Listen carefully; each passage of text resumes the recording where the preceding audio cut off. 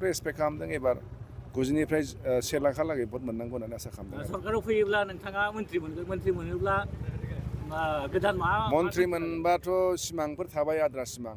आं थांनाय बाराव मन्त्रि मोनदोंब्लाबो 4 दाननिल' नालाय, ओंखायनो सुंद' समाव हाजोबाखै। दा बे हिसाबै एबार आं गोलाव मन्त्रि मोनोब्ला जि आद्रा सिमां बेखौ आं मावफुंथारगोन। मासबाथाव दुला बिरखं होगोन नामा सार? हा? मासबाथाव बिसायख'थि फोरोंनायाव दुला बिरखं होगोन नामा नोंथाङा? हाद्रि बिरहोलांनायथ' खोथा गैला, जिखुनु जाया हाबगोन आरो जिखुनु जाया थांगोन बयखौ। बिसायख'थि बारा रंजालि बैसागु मा बुंगोन सार? मोननैबोथ' माबायानोसै, फोरबोआनोसै।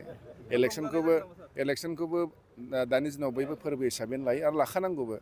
फोरबो हिसाबै लानांगौ आरो बिनिफ्राय रंजालि बैसागु फैगासिनो दङ। ओंखायनो मोननैजों ज' फोरबो हिसाबै बारहोलायनांगौ।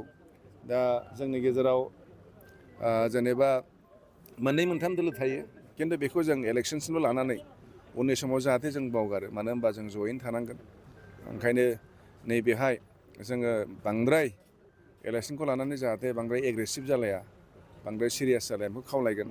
ल' एन्ड अर्डारखौ जाहाथे मेनटेन खालामो, आं बेखौ खावलायगोन आरो। दा नमिनेसन होखांबाय आरो बेनि स्क्रुटिनिसिम नेनांगौथ' प्रयजन गैखाला। गाबोननिफ्राय फुरा फिल्डआव थांसै आरो। समाबो खान्दाखा एबार, समा खान्दाखा हिसाबै ओंखायनो जिरायनाय सम गैला, गाबोननिफ्राय थांसै। इलेक्सनखौथ'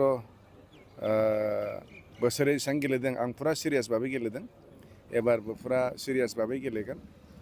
बयनिसिमबो सहैनो नाजागोन।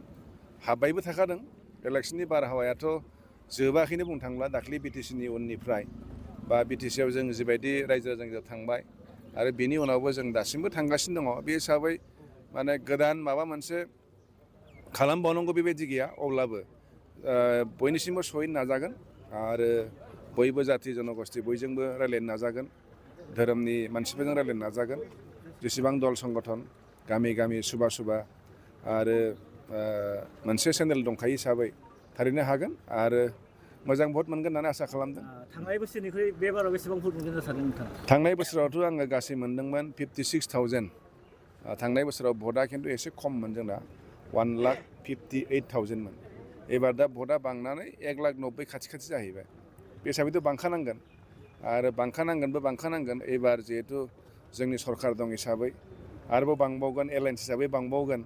बेनिखायनो नर्मेलि नायोब्लाबो थांनाय बारनि भटनिख्रुइ एसे बांखानांगौ आरो भटआ बांबाय हिसाबै एसे बांबावनांगौ। आरो मोनसेया जाहैबाय जिहेथु जोङो एलायन्स, बिजेपिआ जिहेथु जोंनो मदद होगोन, बे हिसाबै आरो बांबावगोन।